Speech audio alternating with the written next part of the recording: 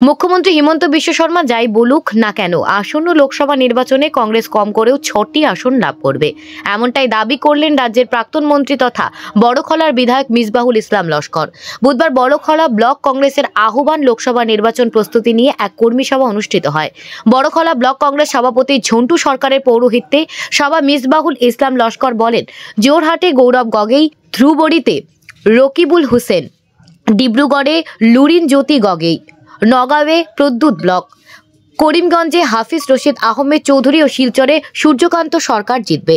শিলচর জেলা কংগ্রেস সভাপতি অভিজিৎ পাল বলেন, এবারের লোকসভা নির্বাচনে বিজেপির কাছে ইন্স্যুরেন্স কোম্পানির মতো দল যোগদান কর্মসূচি চলবে, কিন্তু বাস্তবে যোগদান কর্মসূচি সম্পূর্ণ নাটক। তার দাবি, অন্তত কাছাড়ে কোনো কংগ্রেস কর্মী বিজেপিতে যাননি, তার কাছে কোনো কংগ্রেস কর্মীর ইস্তফাপত্র জমা পড়েনি।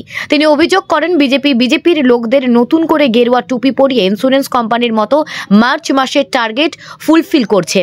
শিলচর লোকসভা আসনে কংগ্রেস প্রার্থী সূর্যকান্ত সরকার বলেন, এই নির্বাচন অত্যন্ত গুরুত্বপূর্ণ নির্বাচন। এই নির্বাচন দেশের ধর্ম নিরপেক্ষ সংবিধান রক্ষার নির্বাচন। তিনি এই অগণতান্ত্রিক জনবিরোধী সরকারকে দেশের গদি থেকে উৎখাতের আহ্বান জানান।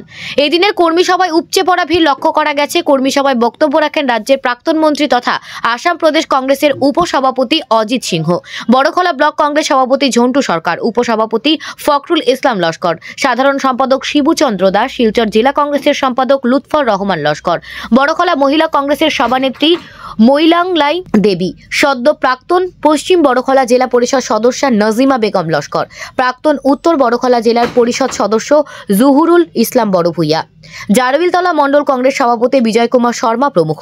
এতে উপস্থিত ছিলেন বড়খলা ব্লক কংগ্রেসের উপসভাপতি সেলিম উদ্দিন লস্কর, সাধারণ সম্পাদক দিদার হোসেন লস্কর, ছোট দুধপাতিল মণ্ডল কংগ্রেস সভাপতি হরিধন বিশ্বাস, ডলু বাগান পঞ্চায়েত মালিক মাল প্রমুখ। ব্যুরো রিপোর্ট, জনমত টিভি।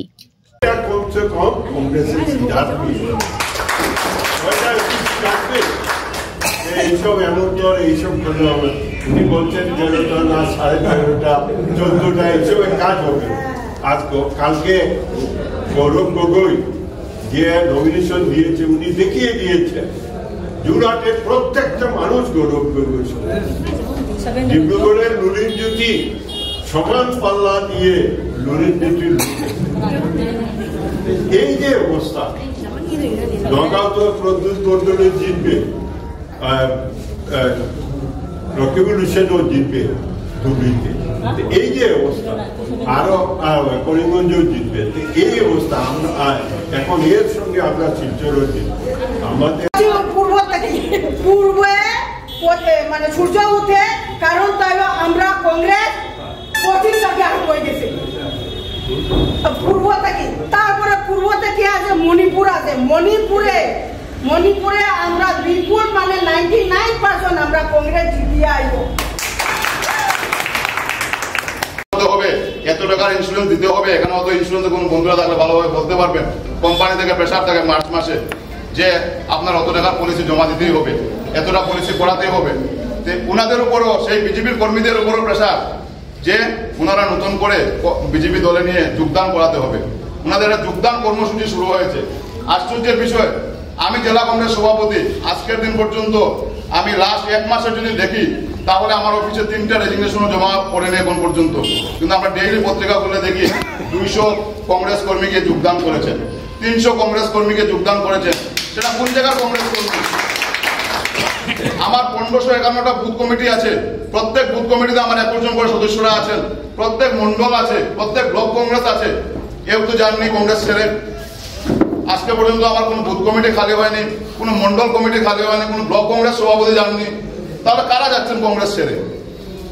উনাদের কর্মীদেরকে নতুন করে যোগদান দেখিয়ে, কারণ ঠিক এজেন্সি যেরকম আমি বললাম যে ইন্স্যুরেন্স কোম্পানি এজেন্টদের যেমন টার্গেট থাকে, ওনারা যখন পুরা করতে পারেন না, মূল্য বৃদ্ধি থেকে আরম্ভ করে প্রত্যেকটা ক্ষেত্রে সাধারণ মানুষ প্রায় নাজেহাল। তো এই সমস্ত ব্যাপারে আমাদের এখানে পারদর্শী বক্তাগণ আছেন, আমাদের ডিস্ট্রিক্ট কংগ্রেস সভাপতি আছেন, আমাদের মাননীয় বিধায়ক মহাশয় আছেন, এখানে আমাদের ক্যান্ডিডেট সূর্যকান্ত সরকার মহাশয় আসছেন, আরো অন্যান্য যারা রয়েছেন তারা বিস্তারিত মাইনরিটি মানুষের মুসলমান দলিত আছে। আজকে যে মানুষে যে দলে আমরা ধর্ম আঘাত করে সেই দলে আমরা যদি ফার করতে লাগে, অনেক মুসলমান দেখবো আলী আছে আজকে মাইকন সম্প্রদায় বা হিন্দুবাদা টুপি বিন্দিতরা দিয়া বিভিন্ন প্রলোভন প্ররোচনামূলক ভাষণ দিতরা তো আপনারা হই যে আমরা আগে স্বাধীনতার পর থেকে হিন্দু মুসলমান যারা আসলাম সবাই মিলেমিশে একসঙ্গে আমরা থাকছি কোনো বিভেদ আমরা আনতে হলে একটা সিলিন্ডারের টাকা দিতে হয়। আগে কংগ্রেসের আমলে 400 টাকা 350 টাকা দিয়ে আমাদের সিলিন্ডার আমরা নিয়ে আসতাম, কিন্তু আজকে আমাদের কেরোসিন তো নেই, ডিলারের কাছে তখন কেরোসিন নেই, ওই জায়গাতে আমরা চুলায় আগুন ধরাই। আর এই ওদের অবস্থা দেখে এমন দুঃখ লাগলো, কি বলবো, এমন গরিব। তাহলে ওদেরকে বললাম আপনারা ধর্মের নামে যে রাজনীতি দেখছেন আমাদের এই ভারতবর্ষে আজকে 2014 থেকে, এসব এই ইলেকশনে আপনারা জবাব দেন। আমার